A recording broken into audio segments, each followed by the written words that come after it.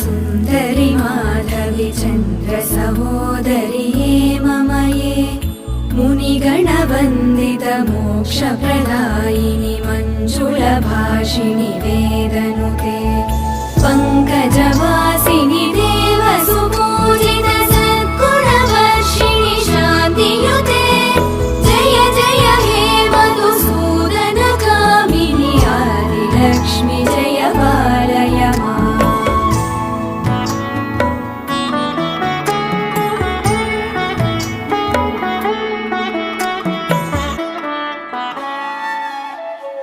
अयि कलिकल्मषनाशिनि कामिनि वैदिकरूपिणि वेदमये क्षीरसमुद्भव मङ्गलरूपिणि